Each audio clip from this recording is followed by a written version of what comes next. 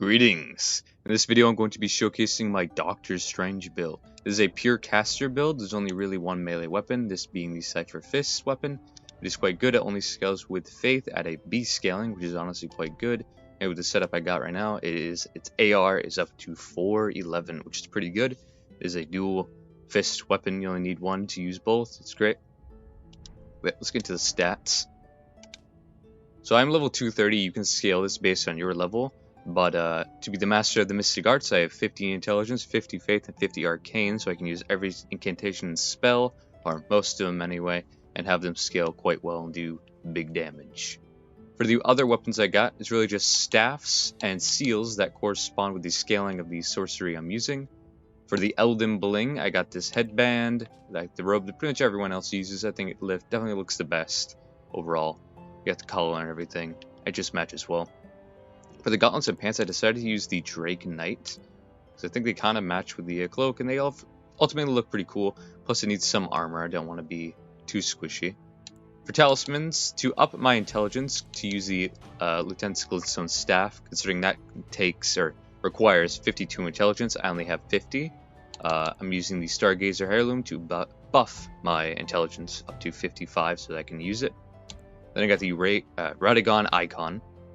It will shorten the spell casting time. The Godfrey icon to increase the charged spells and Ashes of War, as well as the Dragon Crest Great Shield Talisman to boost my physical damage negation, because I do not have much poise, only have 23 poise. For my Wondrous Physic mix, I have the Crimson Bubble tier to make it so I can take an extra hit of damage when I get low, and it will refill my health a wee bit so I don't get one shot, or if I'm low, I don't die. Pretty much, it's a second chance. And then in the beginning of most 3v3s, I'll pop the Cerulean Hidden Tier, so I get unlimited FPUs, so I can use a lot of spells or buff up type of thing. And for my spell and incantation loadout, this will vary throughout the battles in the actual video, because I try to adapt.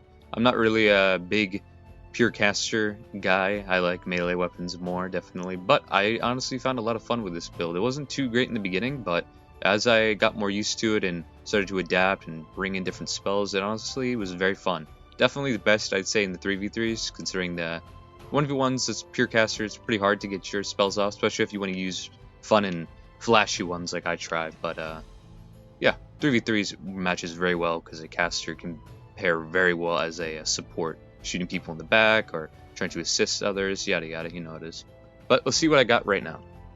I got the Glintstone, or the Great Glintstone Shard. This is pretty good for just some short range fast casting, as well as I got the Star Shower, considering this pretty much will hit at least a couple on an enemy, and it does pretty decent damage based on what you're casting with.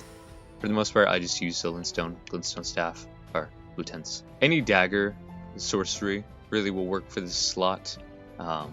It's just, when the match begins, I like to drink my Physic, and then pop these, and then do whatever AoE I wish to do. Which for AoEs, of course, I have the Ancient Dragon's Lightning Strike. This one is very good for when at the beginning, or you're not being attacked but your teammates are. You can cast that and that will hopefully hit someone and do big damage. As well, if you see someone at a range that maybe is running away from you, you can pop out the Black Blade, which now, due to the current fix of the update, you can now chain properly without having to have it in your right hand.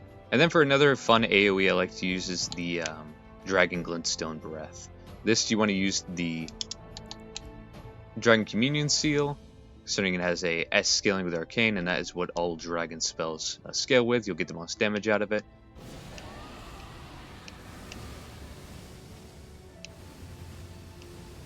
It's best to frame this when you're in a duel or in 3v3s, because a lot of people will see it coming and run one certain way, and if you stay locked on, you're going to just keep trailing behind them.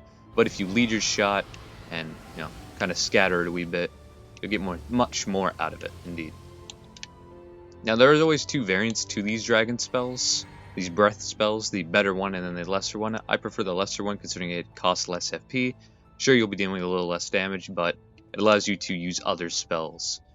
Speaking of the other spells I got, these sorceries, I got pretty much all the Carrion Sword sorceries, which means you might want to switch over to another staff that has better scaling with it, like the Carrion Glintstone Staff. That boosts the Carrion Sword sorceries. To use a Slicer for quick attacks, plus it costs like no FP. I mean, look at that drain. Absolutely nothing. Usually by the time I use other spells, I always have enough to at least use another couple Slicers. We got the Piercer, which you can charge for much more damage and maybe range, although I believe the range might just be the same. Yeah, about the same.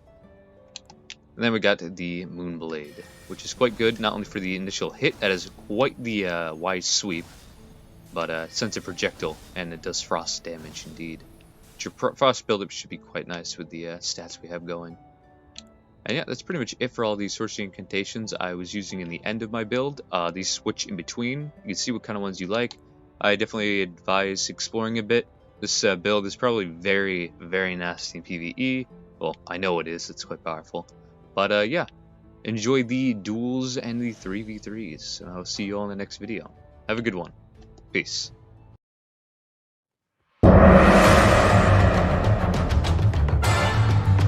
Round 1. Fight! Fire! Stab, stab, stab, stab, stab! Oh shit. Better scramble like an egg before you get folded like an omelet, nigga. Hey. Round 2. Fight!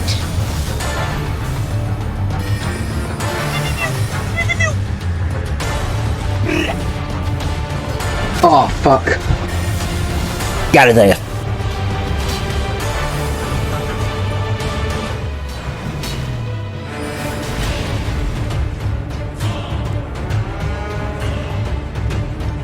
Whilst you were out partying, I studied the blade. Miss Brandt? Yes. Get me a violin. Thunder take you! Get this shit off me! Now that's a lot of damage! Bad trade. Oh! Somebody! Oh! He needs some milk! You wanna see me do it again?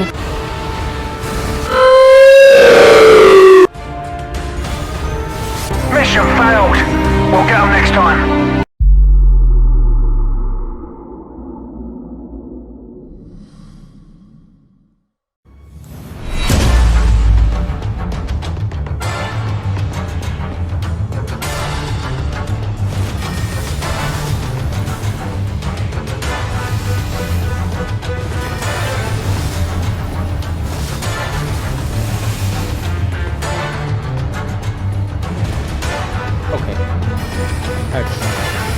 I see what I must do. I must become Jesus Christ.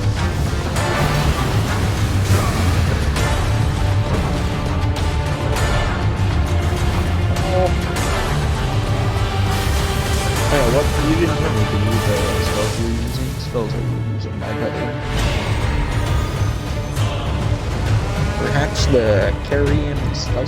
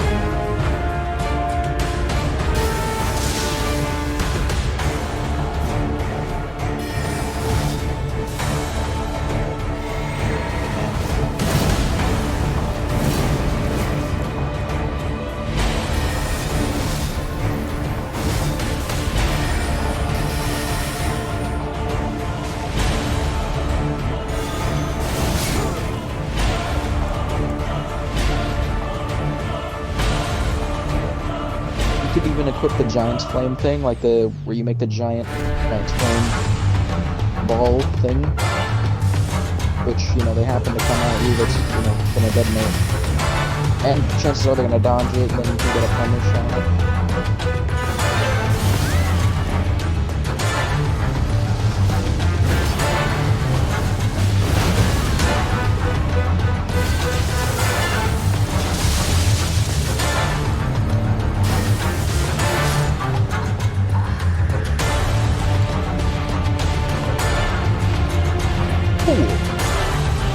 Tiani's actually so much fun. Holy shit. That is such a 50-50, man. That is so unfair, honestly. You know how Tiani has a kick? The kick that sends you flying? Yeah, I'm not sure if this was around when you were on, but he can do an attack after, which is kind of like Centurion's jump on you. But it's different, obviously. It's the same principle that you jump at them and swing your sword down onto them. And so the idea is you can feint that, right? But it's so unclear that it's pretty much like same animation. You just feint the kick, and that gets them every time.